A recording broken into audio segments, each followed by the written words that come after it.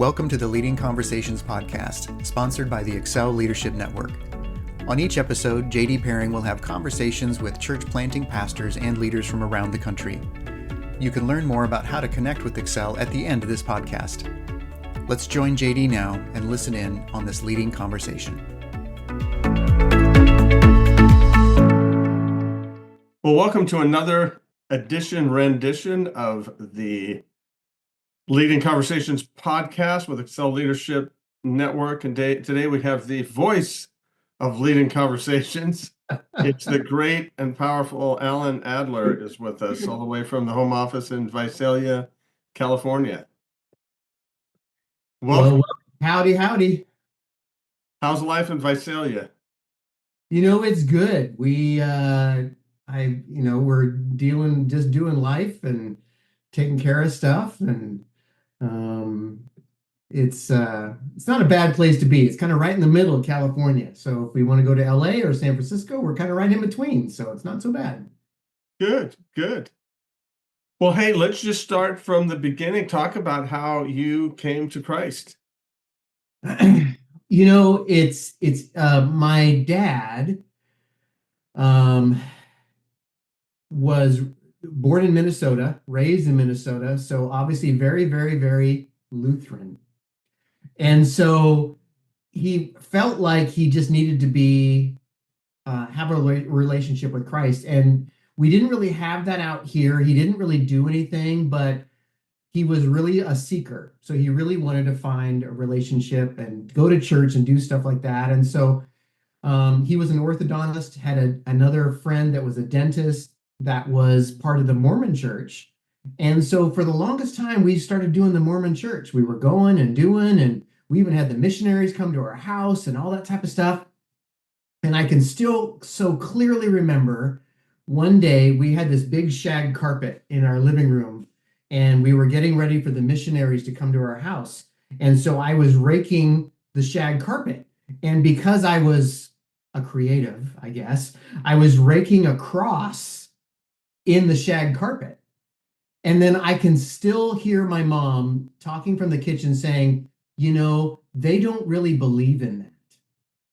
And so that was something that really stuck with me. And long story short, the wife of the pastor of what was First Baptist Church Visalia, now is Gateway Visalia, had invited my mom to a women's Bible study. And so then, over time, we started going there instead. And then my dad went to this conference or seminar on the book of Revelation. And he was like all into it. Like we had the big posters on our wall of the, the old school posters of the all the stuff that happens in Revelation and all the, this happens in here and this happens here. And here's the angel and here's the bowls that poured out and all that type of stuff. Anyway, so he was very big into that. And that's kind of what led him to Christ. And he came to Christ really at a later age. He was like 40 something. And so long story short, we ended up going there's this place in Visalia. It's called the Oval, which is kind of downtown. It's just kind of used to be kind of like the old, I don't want to call it the rundown part of town, but it's kind of like, you go out to the Oval. That's what you called it. But there was this little church that was out on the Oval. And this was one of those things where we went out there one day and we went out there to watch one of these movies on the Revelation movies. And I don't know if you remember these old 70s movies on Revelation, people are getting their heads chopped off. And, it's just like, oh my God, this is terrible. I need to accept Jesus now. And so we watched this movie, and honestly, at the end of the movie, there's a pastor that came up to the front and said, hey, if anybody, if you feel like you need to make a decision tonight, then this is your chance to make a decision. And honestly, I don't think anybody could have held me in that row. I ran to the front and I ran to the thing, and I can still picture sitting in the little pastor's office saying the prayer and that type of stuff. And so that was my introduction to Christ and my introduction to a relationship with Jesus. And then of course, over time, we started going to church and we were there regularly. I was super involved with youth. And for anybody that knows Leadership Network, knows Karl Roth. So Karl Roth and I were bosom buddies growing up together in church. And, so it was a fantastic thing that I was very blessed to have parents that of friends and also just a church that just nurtured me through a youth program. And so that's kind of how I got there. And of course, you go through the whole thing and everybody has their transition of you go to college, you figure out what you want to do with the rest of your life. And but yeah, so that was my journey into a walk with Christ is just it started with a movie of Revelation that literally scared the hell out of me. Wow. Hey, you mentioned Karl. We haven't been able to get him to come on the podcast. Maybe he will in order to rebut this. But give us a story about Karl, because I heard that you guys were troublemakers. We were kind of troublemakers. So back in the day, obviously we grew up in church and we would do, Sunday school and all this stuff and everything like that. And it just so happened that the Sunday school room, somehow, some way, they decided it was a great idea to have National Geographic books in the Sunday school room, right? So it's like, okay, it's educational. We want kids to learn about stuff. So anyway, so Karl and I would sneak into the Sunday school room and find the National Geographic books that just so happened to have images of, let's just say, Native women in Africa. And so I don't think I need to say much more than that. No, that's about as far as you want to go. That's about as far. I think we're going to keep this G-rated. Wow. Okay. That's what you guys did. Did you have any inkling that Karl was going to be like a pastor, a church leader? When one of the things, and we do one of our discovery centers is at South Shores Church, and Ty Guy is the pastor there, and he was actually our youth pastor in high school when we were growing up, and we had a deal where he actually made an opportunity for those of us that wanted to meet early on Sunday morning, like literally before church. We would get there super early. Like if there's an 8 or 9 o'clock, so we get there at like 7 or 8 o'clock early in the morning. And he would teach us the Greek New Testament. And so Karl, myself, and a couple other people, what we ended up doing is we ended up each of us took one gospel, and we went through the Greek in each of those gospels and then created a lesson or that we would use on Wednesday night at youth group. And so, Karl, of course, took Luke, but and I had Matthew, but that was just one of those things where, I could see then, certainly with Karl, that teaching and digging into scripture was certainly something that was kind of part of his DNA. And so, yeah, so it was neat to do. And I love Ty to this day for giving us the opportunity to do that. Wow. Wow. So you go off to college. Did you sense some sort of call into ministry? Not in college right away. Like most people that go to college, I didn't really know what I wanted to do. And I was a big computer nerd, so I thought at first I might do computer stuff. And then I realized the math was really hard and I didn't like that. And so I took a speech class one time because it was a general ed class. And I realized this is something that I can do without even thinking about it. I could just stand up. It's like the old Seinfeld thing. It's like I would much rather be they would much rather be in the casket than giving the eulogy, right? Right. I'm kind of the person that I would much rather be giving the eulogy because I just love to be able to share and speak. And so that was kind of what happened at first. And then after doing a couple different things in college and different jobs and all different sorts of things, I ended up back at one of our original churches we attended, which was Tulare First Baptist. And I ended up kind of just volunteering there. And honestly, that's how I met my wife. She was moving to Visalia because she worked at Wells Fargo and she was getting transferred to the Tulare branch. And so she asked someone there at the branch, so if there's a church that I should go to, where should I go? And they had suggested Tulare First Baptist. So she told that to me because she knew I lived in Visalia. And Tulare and Visalia are right next door. And so I said, hey, I go there. Let's go. Perfect. And so what we ended up doing, and kind of bounce back to Karl, he just happened to be the youth pastor at Tulare First Baptist at the time. So he had kind of called me and said, hey, dude, it'll be like when we were in junior high. Come help me with the youth group. And so Beth, my wife, who eventually would become my wife, and I started working there. And we volunteered and helped out with the junior high group. And we did that, Wednesday nights and Sunday mornings and that type of stuff, including going to church. And that's kind of how we, developed our relationship. And ultimately, I actually proposed to Beth in front of the junior high group on a Wednesday night at our church. And so she kind of felt like she didn't have a choice to say no. But anyway, yeah, so that was kind of the start of it.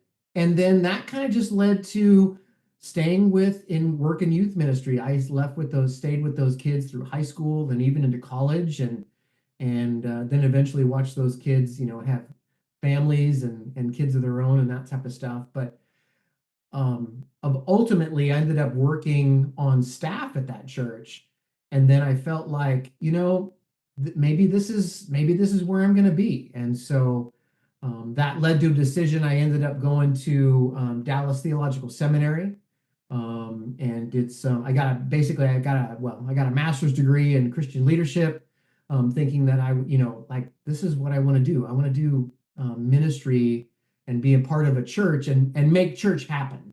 That was kind of my thing. It was like all the stuff that, I didn't necessarily want to be the pastor up front, but I knew that it took a lot to make a church work. And so I wanted to be that guy. And then at one point, Karl said, hey, Alan might be somebody that could help out at Excel. Yeah. Well, and I think the thing for me was as many people do that go into church work and work at a church, you would hope that the church is the best environment to work in. It's the happiest place on earth, right? It's not Disneyland, but it's the next happiest place on earth. And unfortunately, that's not always the case. And so, like many people that I've heard on this podcast before, the church experience was challenging. It was tough. It wasn't easy.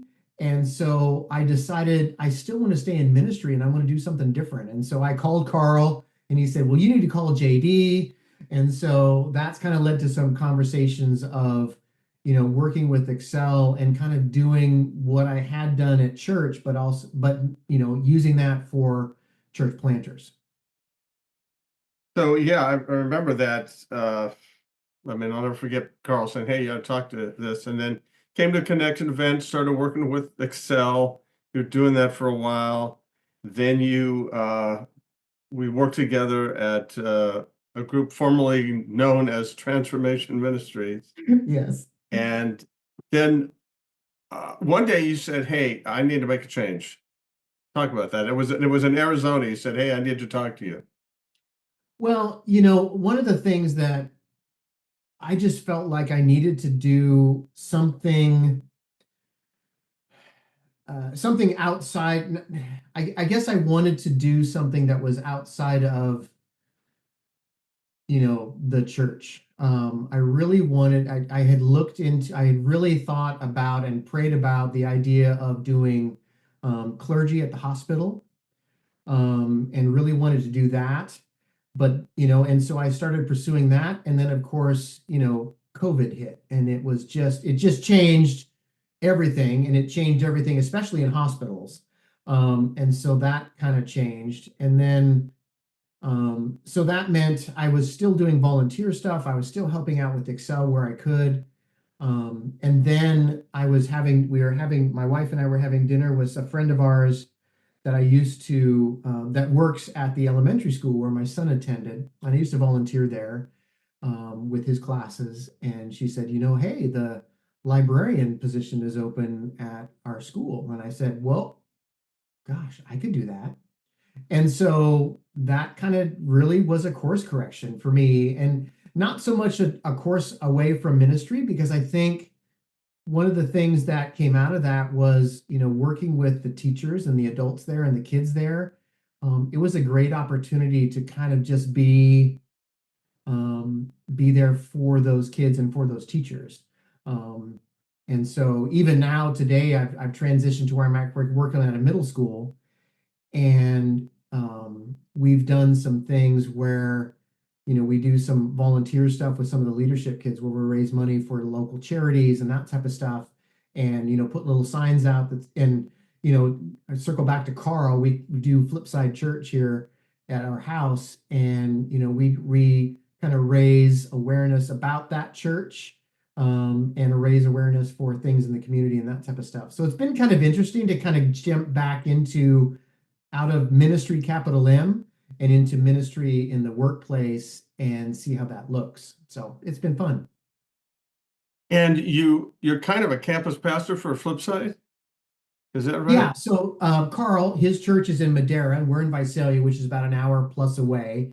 And so we have some couples that come to our house on Sundays, and we do kind of like a remote church. So they'll do a live feed just for the remote churches, and so we watch that, and we kind of have our community here that we're developing. And again, both the families that are here, we've tried to take the opportunity, especially in our community, to raise funds and or raise awareness for local charities and that type of stuff. A big one that we do is like for a homeless place that is doing some really neat stuff here in our community. So like I'll partner with like our teachers at church, and so we'll donate socks and things like, all the stuff that homeless folks need. And a couple other families work at the hospital, and so they do the same thing there. So they'll ask their friends for donations and that type of stuff. And all the while we try to, say, well, if they ask why we're doing this, this is why we're doing it, and that type of stuff. So it's been interesting. It's kind of like it's a house church. And it's been interesting because you don't have the choir, you don't have the band, you don't have the music, but it's still a community. So it's been fun to do. Now, do you see yourself ever like jumping back into I think you call it the Big M church ministry? I don't know. I mean, I'm old enough that I don't know if I'm ready for another career change, but I think what I love the most is the opportunity that I have to do some stuff still with Excel. I'm kind of the point person for the Cuba ministry as far as getting them funds and getting them stuff. And so I really enjoy that, being able to do that. I think as we move forward and do different things, maybe there's other stuff I can do, but it's been neat to be able to have my feet in a lot of different pools and to be able to do some stuff and still try to, with our home church. I mean, the challenge is with a home church is you don't have a pastor that's out there in front saying, hey, invite your friends and that type of stuff. It's kind of you on the ground. And so it's been interesting to be, I'm not a pastor of a church, but to do that kind of outreach and ministry and to kind of reach out to people and say, hey, where do you go to church? What do you do, when we have that opportunity to have that conversation? So I still feel challenged. I still feel like I can do some stuff here. But I don't know. We'll see. I mean, God has his plan, and we'll see what he has in store. Sure. Well, you've worked with leaders and you are a leader. Give us your leadership tip. I thought about this because I do these podcasts a lot, or at least I edit them and put them together. And so, one of the things that I think is the nature of a leader is that if you're a leader, you have a motivation to make something happen, to do something, to lead something, and to make something work. Whether it's to start a church, whether it's to run an organization or anything like that. And I think the challenge for leaders, aside from that just natural inclination, whether it's your strength finders, it's your number, it's whatever it is, your Enneagram, if you're inclined to that, that's great. But I think that the thing, especially with ministry and especially with churches and planting and just in ministry in general, is to know that the leadership goal that you should have is not necessarily yours. It should be what God's is. And so be prepared to know that, hey, I want to do this, but to know that God might have a different plan in mind. He might have something in store for you that you didn't even think about. And he might have something in store for you that maybe it's not leadership like you thought. And I've had the opportunity to meet tremendous leaders through Excel and through my experiences and that type of stuff. And I think without a doubt, with the people that I have met, I think those that are the most successful and those that have made the most impact are those that have said, it's not what I know about leadership.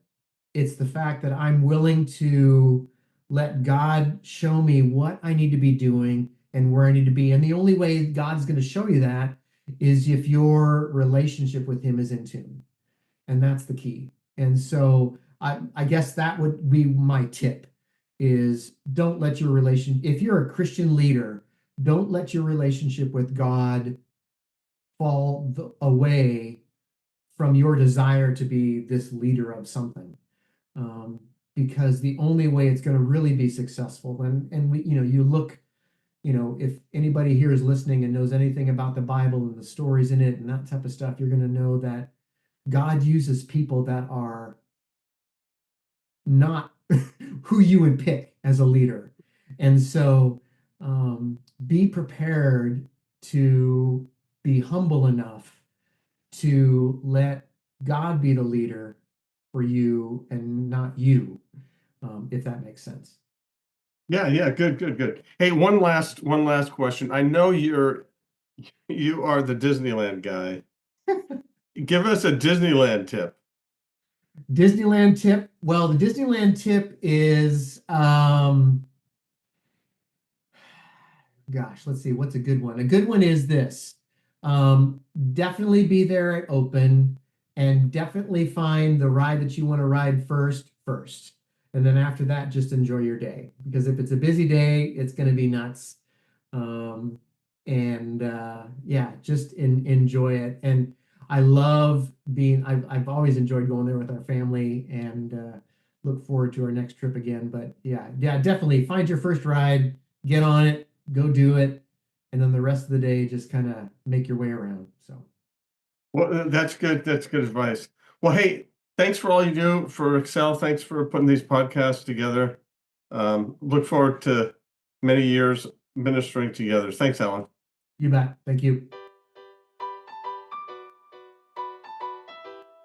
Christian Community Credit Union is America's leader in biblical banking solutions. As a trusted ministry partner of Excel Leadership Network, they are dedicated to serving ministries in all life stages of growth.